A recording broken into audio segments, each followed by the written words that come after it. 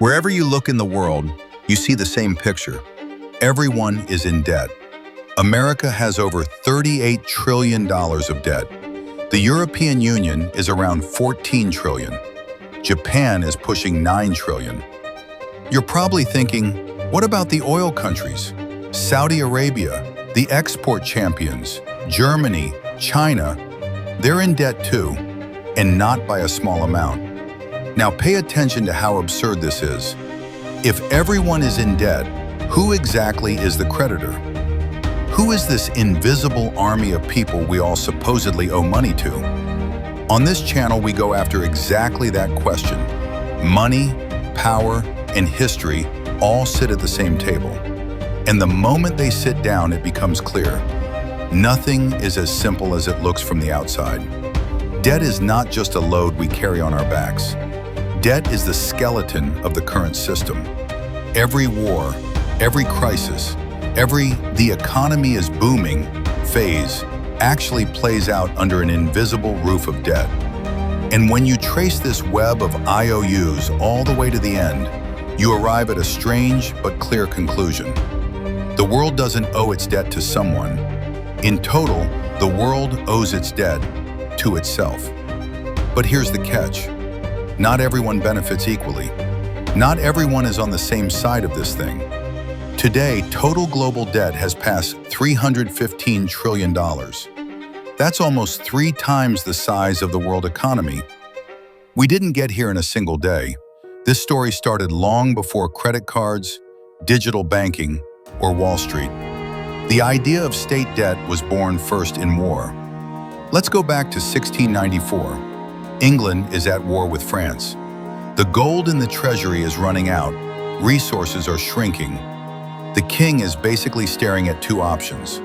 Crank up taxes and trigger a revolt, or knock on the door of the era's biggest capital, the merchants. The deal they make is this. You give me the money now, and I'll pay you a steady stream of interest later from the taxes I'll collect in the future. This is the first big borrowing based on taxes that don't exist yet. And to manage this structure, a new institution is created, the Bank of England. For that time, this isn't just some financial detail. It's a mechanism that literally changes the direction of history. The state can now basically say, I'll spend money I don't have today, and tomorrow I'll collect taxes from the public and pay the interest. What do the merchants get in return? A promise from the state, but not just any promise. A promise written on paper that can be bought, sold, and passed on. What we now call a government bond comes out of exactly this logic. The core of modern finance is born right there. Then the model spreads. France adopts it. The Netherlands makes it more refined and sophisticated. The new United States uses the same method to finance both its War of Independence and its expansion westward. And something else changes. National debt stops being a shameful burden and turns into a signal. If people lend to this country, they must trust this country. In the old days, empires conquered land to extract gold. Now they conquer paper. They issue bonds to collect interest. The battlefield moves from maps to balance sheets. Centuries go by, and debt becomes the biggest export item on the planet. America has $38 trillion of debt. Japan has passed 9 trillion. Total global debt grows by about $1 trillion every 100 days. Every country is in debt. Every bank is lending. And every individual, through taxes, savings, and pensions, is both a debtor and a creditor. But the question we still haven't really answered is this. Who exactly is holding the other end of this rope? To see the picture clearly, let's go through the US, because American debt is not just an American domestic issue. It's one of the main pillars of the global system. Roughly half of that 38 trillion is publicly held debt, sold to investors on the market. About 2/3 of those investors are already American. Banks, pension funds, mutual funds, insurance companies, and right at the center, the Federal Reserve. The remaining third, around $9 trillion, is held abroad. At the top of that list is Japan, with about $1 trillion. Then comes China with close to 800 billion. Then the UK, Luxembourg, Belgium. From the outside, you constantly hear this line: America is in debt to China. Is that technically true? Yes, but let's not exaggerate the size. We're talking about just around 2% of total US debt. The real situation is this: most of America's debt is owed to America. The Treasury issues bonds. Banks and funds buy those bonds. When needed, the Fed steps in, buys them from the market, and creates new dollars. People pay taxes. Those taxes pay the interest on the bonds, and that interest comes back into the system through retirement funds and investment accounts. Think of it like a closed mirror loop. The debt is real, but the creditor is just another face of the same system. And this model doesn't only work in America. There's a similar cycle running all over the world. Japan buys US treasuries. The US, through the IMF, lends to Europe. Europe, through the World Bank, extends credit to developing countries. Developing countries park their foreign reserves in advanced economy bonds, and in doing so, lend back to those same countries indirectly. It's like a giant global game of hot potato, except the potato isn't money itself, it's made of promises. Every country holds another country's debt paper. Every promise is backed by another promise. It's like a poker table where every player has borrowed chips from the player next to them. And there's one rule keeping the game going: nobody gets up from the table. On top of all of this, there's another layer: the markets. Behind government bonds, you have hedge funds, pension funds, sovereign wealth funds, and central banks. Together, they manage tens of trillions of dollars. And this is the critical part. They are the ones who decide which country gets to borrow cheaply and which country has to pay a painful premium just to stay alive. The moment their confidence cracks, currencies collapse, governments shake, and entire economies can be rewritten in a matter of months. Ballots answer the question, who governs? Markets answer the question, who survives? And at the core of this system sits what you could call the high priest of the modern economy, the central bank. Central banks don't just manage debt, they manufacture it. When the Fed or the European Central Bank buys bonds on the market, it creates new money in exchange. A number that appears as a liability on one balance sheet shows up as an asset on another. Every unit of money in circulation corresponds to some debt recorded somewhere. There is no such thing as completely debt-free money. On the invisible side of every banknote and digital balance, you can imagine this line written: someone's debt. For decades, this setup has been standing on one pillar: confidence. As long as investors believe that governments will at least keep paying the interest, the machine keeps running. To see what happens when that confidence breaks, you don't have to go far back in history. The Greek crisis of 2010, when the state's debt became unsustainable, the markets panicked. Yields shot up. The European Central Bank and the IMF stepped in, but the bill went to the public: higher taxes, spending cuts, unemployment. For an entire generation, bailout became synonymous with sacrifice. Argentina has defaulted multiple times.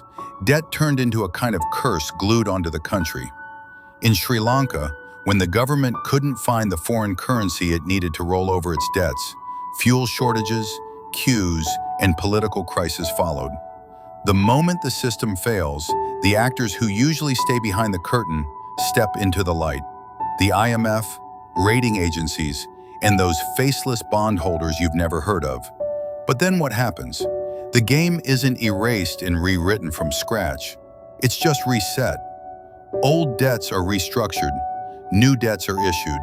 Names change, but the logic stays the same. Because in the 21st century, sovereign debt is not really designed to be fully repaid. It's designed to be rolled. Today, no major country has a realistic plan to take debt to zero. When we as individuals take out a loan, the expectation is crystal clear: pay back principal plus interest. States, on the other hand, see debt as a kind of subscription. They pay off maturing bonds with new bonds. That's what we call refinancing.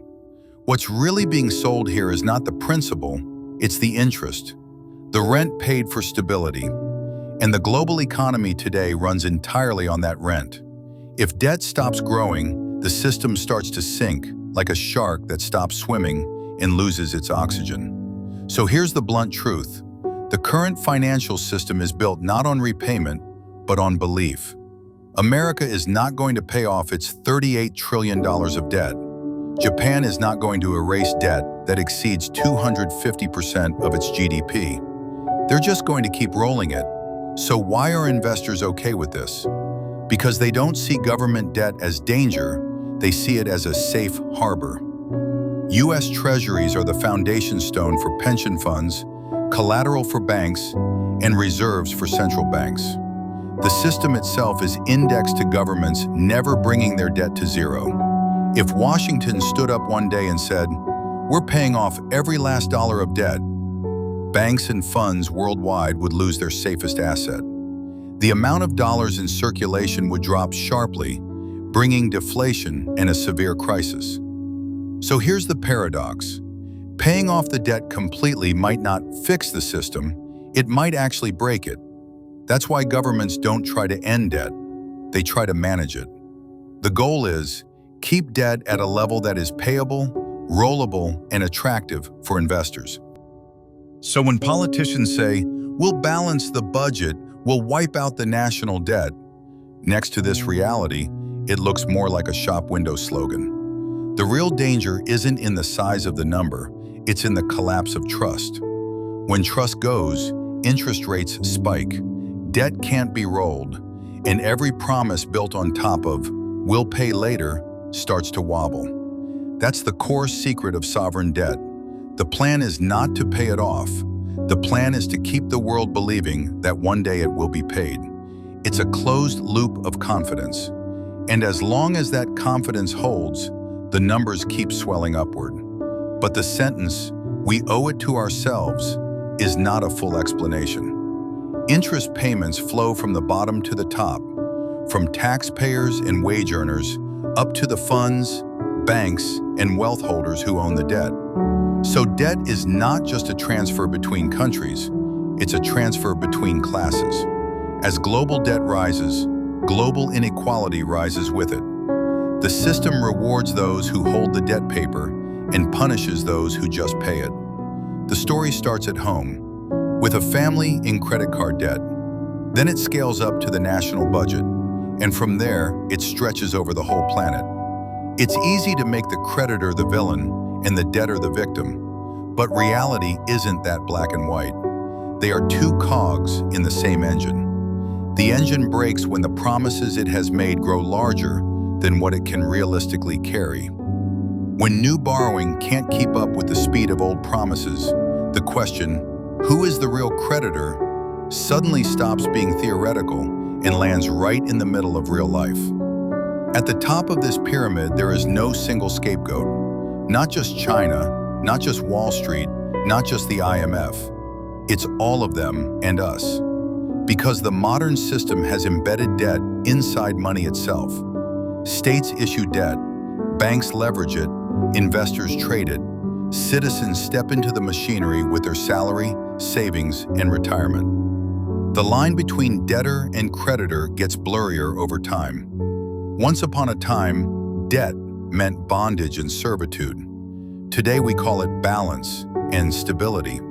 But if that balance tips one day, if trust breaks, the curtain falls, and we remember what debt really is, a promise that cannot be kept forever.